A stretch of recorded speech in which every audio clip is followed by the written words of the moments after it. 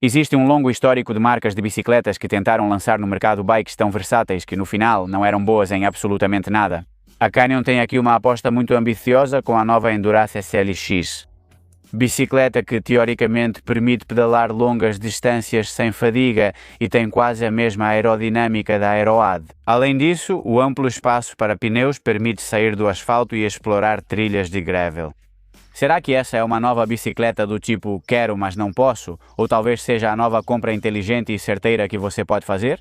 Fica comigo porque vou te explicar todos os detalhes neste vídeo, mas antes vou-te pedir para clicar no botão de se inscrever se ainda não fez isso, para me ajudar a fazer o projeto crescer. Vamos lá, vamos com tudo para a review.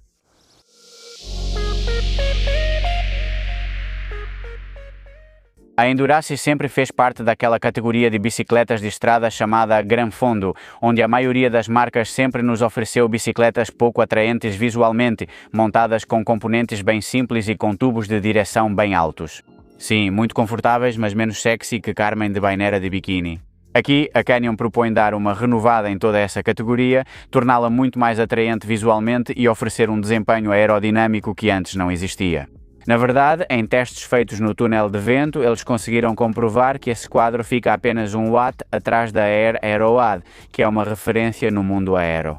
Eles mantêm a geometria relaxada, dão um espaço máximo para 38 mm e oferecem a possibilidade de instalar paralamas tanto na frente quanto atrás. Existem diferentes linhas, tem a CFR, que é a mais alta, a que os profissionais usam para ganhar suas clássicas, e logo abaixo a SLX, que é com a que eu pude fazer o teste e na qual quero me concentrar hoje, porque acredito que ela realmente é muito mais pensada para o uso cotidiano que nós, os entusiastas, podemos dar. É mais acessível economicamente. Inscreva-se!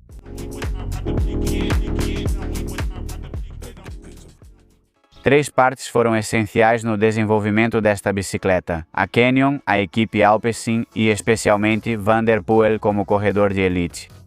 Na verdade, eles já ganharam algumas corridas, algumas clássicas do norte, dessas que tem muita variação de terreno, algum trecho de paralelepípedo, um pouco de lama, dessas típicas que acabam com suas costas. Pela primeira vez vou usar o slogan da marca, pois acho que além do marketing, a mensagem é real. Conforto é igual a velocidade e essa bicicleta foi criada assim. No papel, para fazer com que o ciclista chegue ao ponto decisivo da corrida, no caso dos profissionais, ou à chegada, no caso dos amadores, o mais descansado possível.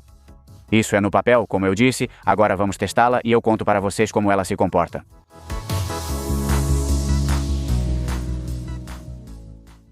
No papel, é fácil notar as melhorias aerodinâmicas feitas na bicicleta, embora ainda não alcancem o nível de excelência da Air Road, referência na categoria.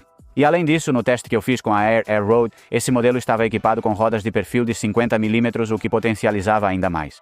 Mas posso dizer que de todas as bicicletas Gran Fondo ou Endurance que já testei, esta é de longe a que tem mais capacidades. A aerodinâmica é muito fácil colocá-la a 30 km/h e manter essa velocidade sem muito esforço, mesmo usando rodas de perfil de 35 mm, então um ponto muito positivo nesse aspecto.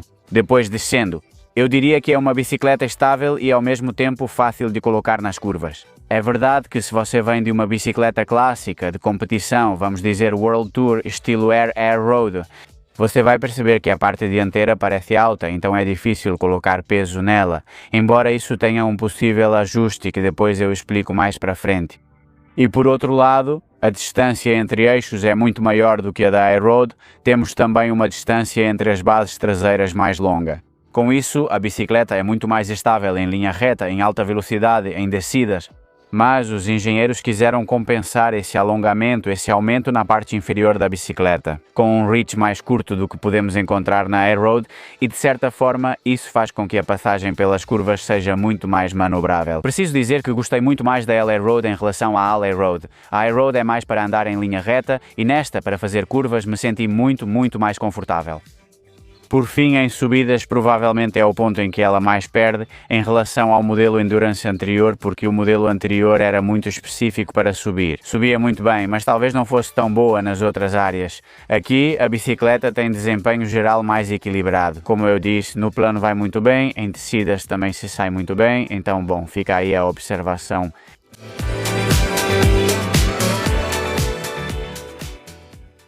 Agora que temos aqui a tabela comparativa de geometria, vocês vão ver facilmente as mudanças que existem, as diferenças que existem entre a Air Road e a Endurance. Para começar, a Endurance, como venho dizendo durante todo o vídeo, foi pensada para proporcionar uma posição muito mais relaxada, mais direta. Digamos que de certa forma é uma bicicleta que não exige que você esteja em um nível de condicionamento físico ótimo para poder aproveitar ao máximo. No entanto, a Air Road vocês vão ver que tem um reach muito mais longo e isso foi pensado pelos engenheiros para que a bicicleta não seja boa apenas em termos de coeficiente aerodinâmico por causa do quadro, do garfo, das rodas, mas também porque a posição do ciclista é muito mais alongada e portanto corta o vento muito melhor, que afinal o ciclista ocupa mais espaço no ar que a bicicleta. Por isso, quanto mais alongado ele estiver, mais rápido irá e mais fácil será manter uma velocidade média alta. Mas claro, por outro lado, reparem, a posição das lombares, as costas, o ângulo fechado do quadril vai nos cansar muito mais. Os profissionais conseguem aguentar, mas nem todos nós precisamos passar por esse sofrimento. Por outro lado, esta Endurace tem algumas características de fábrica que nos ajudam justamente a adaptar a bicicleta para nós e acumular menos fadiga. Por exemplo, a Canyon já vem com pedivelas curtas de 165 mm no tamanho M, por exemplo, certo? Para deixar esse ângulo do quadril muito mais aberto e não acumular tanta fadiga. E claro, o tradicional cockpit da Canyon, no qual podemos ajustar duas medidas super importantes, sem precisar cortar as mangueiras nem ter que cortar o tubo da direção também. Como por exemplo, podemos regular até 20 mm a altura do guidão e por outro lado, a largura também pode ser totalmente adaptada às nossas necessidades.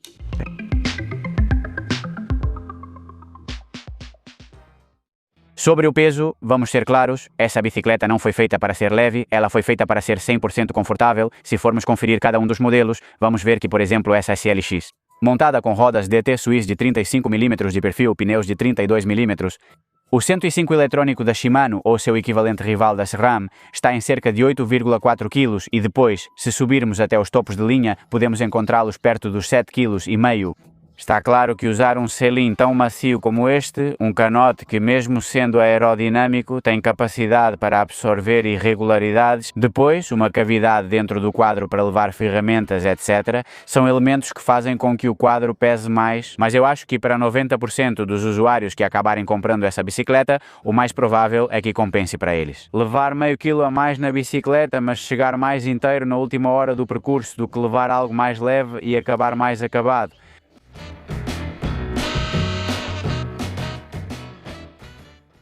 Fique atento aos detalhes, pois os alemães da Canyon são exigentes e costumam fazer um ótimo trabalho. Começando pelo porta-malas, que adoro. Ele abre com uma alavanca e já mostra detalhes de qualidade. Ali temos um suporte para levar adaptador, cilindro de CO2 e uma multichave diretamente na tampa do porta-malas. Mas além disso, olha só, porque isso eu achei sensacional, a bolsinha que vai no interior vem com um zíper, diferente de todas as outras bolsinhas que eu já vi, eu diria que vem com velcro. Aqui podemos levar a câmara de ar reserva, temos outro cilindro e aqui também os desmontadores. E bom, eu acho muito interessante que isso fique assim completamente selado, bem feito, porque no final, com a opção de velcro, sempre pode acabar caindo alguma coisa dentro do quadro e aí complica tudo. Aqui temos acesso direto à bateria do Di2, que bom, caso aconteça alguma coisa, está ali bem à mão também. O que mais posso dizer? Temos uma caixa de movimento central press fit, temos claro uma folga máxima para pneus de 38 mm, vem com pneus slick de fábrica de 32 mm, então vocês podem colocar 35, 38. Também digo para vocês que, existindo a norma ISO de 6 mm extras de folga de pneu obrigatória para todas as marcas, isso a Canyon não pode dizer oficialmente, mas eu digo, vocês podem colocar um pneu de 40 mm sem problema.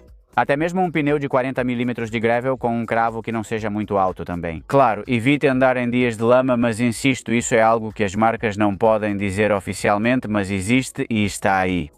Também é possível instalar paralamas direto, dianteiros e traseiros, inclusive modelos da própria Canyon, sem precisar buscar compatibilidade com outras marcas, pois estão disponíveis no site da Canyon. Claro, o fato de instalar paralamas vai te dar a opção de ter uma bicicleta que também pode servir para a cidade, mas vai limitar a largura máxima do pneu a 35 mm, o que, bom, também não é uma grande perda. O canote, como já dissemos, é aerodinâmico com capacidade para absorver vibrações. Eu diria que realmente dá para perceber alguma diferença quando você anda em estrada esburacada ou fora do asfalto. Eu consegui perceber isso, pelo menos, e também o que já comentamos sobre o guidão, capacidade de ajustar tanto em altura quanto principalmente em largura.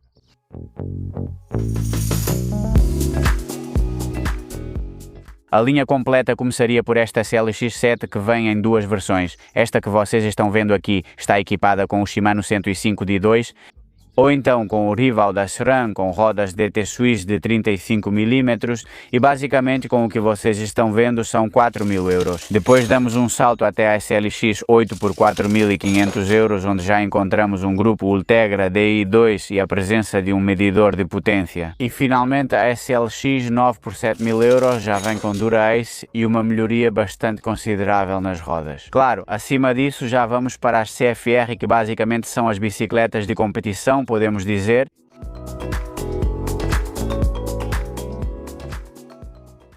Começando pelas coisas que eu gostei, claramente o aspecto visual, a capacidade aerodinâmica que se percebe assim que você sobe na bicicleta, essa versatilidade de ter um compartimento interno muito bem feito, capacidade para paralamas, espaço para pneus de até 38 mm é sensacional.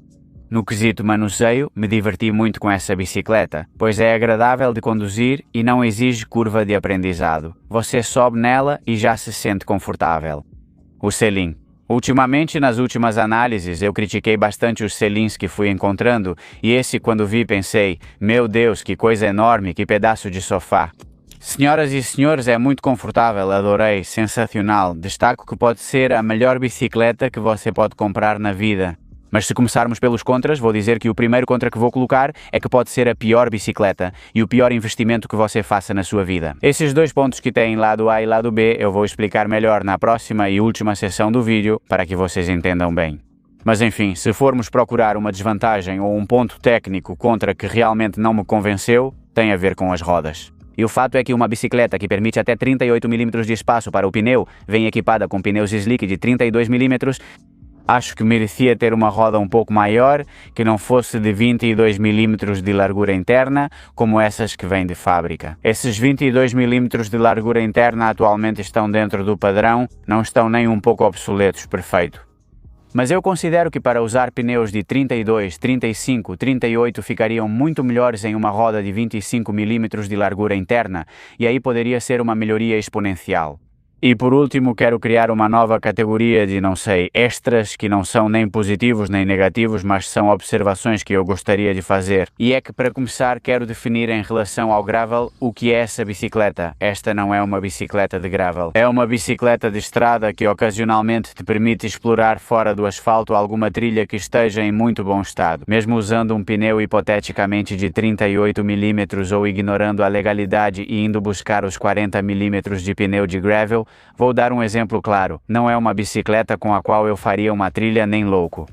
Certo? É uma bicicleta para aventuras em trilhas bem conservadas, mas não espere mais do que isso. E isso está ligado a outro ponto extra que quero acrescentar, que é o seguinte: para ser uma bicicleta confortável e para devorar quilômetros, é verdade que a rigidez do quadro dela é bastante elevada. Algo que na estrada é bom, mas que no gravel acaba sendo um ponto negativo, certo? No fim, a absorção das irregularidades dessa bicicleta está principalmente no canote e, sobretudo, na possibilidade de usar pneus largos com baixa pressão. Então, de forma alguma, estou dizendo que isso seja algo que vá contra a bicicleta. O fato de ela ser muito rígida, mas quando você entra em terreno de gravel, aí, se você tem experiência com bicicletas de gravel, percebe bastante a diferença. Quero deixar isso claro. E por fim, o peso. Eu não coloco o peso como ponto negativo porque realmente considero que, em troca desse peso extra que temos, há uma série de vantagens que a bicicleta oferece que melhoram a experiência de forma geral, mas não é uma bicicleta leve e isso precisa ser levado em conta.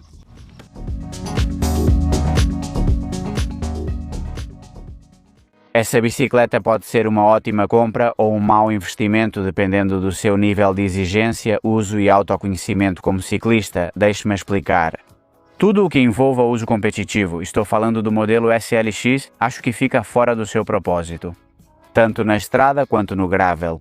No entanto, se o que você está pensando é em fazer ocasionalmente um passeio cicloturístico, explorar um gravel bem leve de vez em quando, ter uma bicicleta urbana premium durante a semana com seus paralamas e tudo mais, não sei, até mesmo participar de algum evento de ultradistância na estrada com pneus slicks bem largos, carregado com bolsas.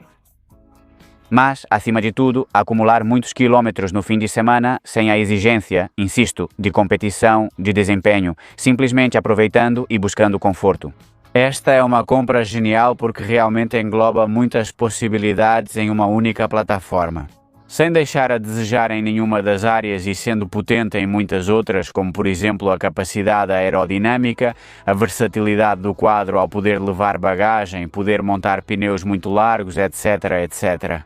Enfim, o que vocês acham? Deixem aqui nos comentários a nota de 1 a 10 e a gente se vê nos próximos vídeos. Sejam muito felizes. Tchau, tchau.